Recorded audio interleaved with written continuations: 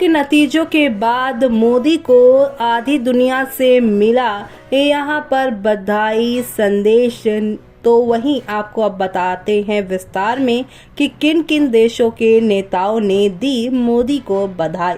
लोकसभा चुनाव 2024 के नतीजे घोषित तो हो गए हैं। भाजपा बहुमत हासिल नहीं कर पाई।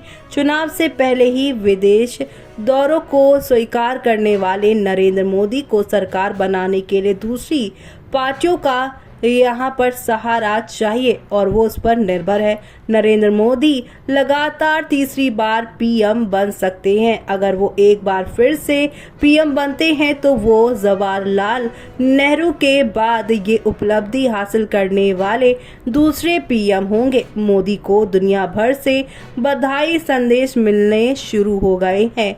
अब तक 90 से ज्यादा वर्ल्ड लीडर सोशल मीडिया और लेटर्स के जरिए मोदी को बधाई दे चुके हैं। इनमें से बांग्लादेश की पीएम शेख हसीना से लेकर साउथ कोरिया के राष्ट्रपति यून सुक यूहोल तक शामिल हैं। जानिए बताते हैं आपको कि किसने क्या क्या कहा।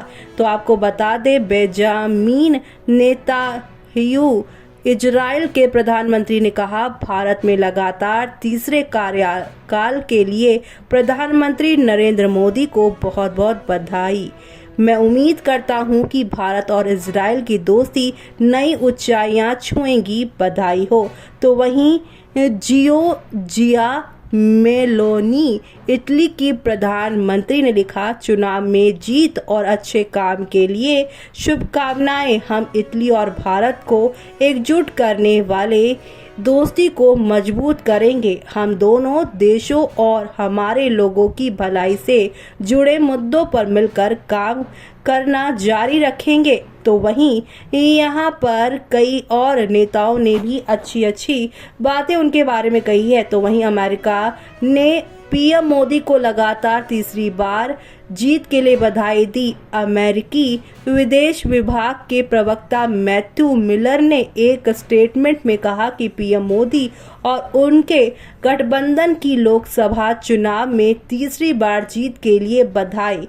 इस चुनाव में करीब 65 करोड़ लोगों ने मताधिकार का प्रयोग किया।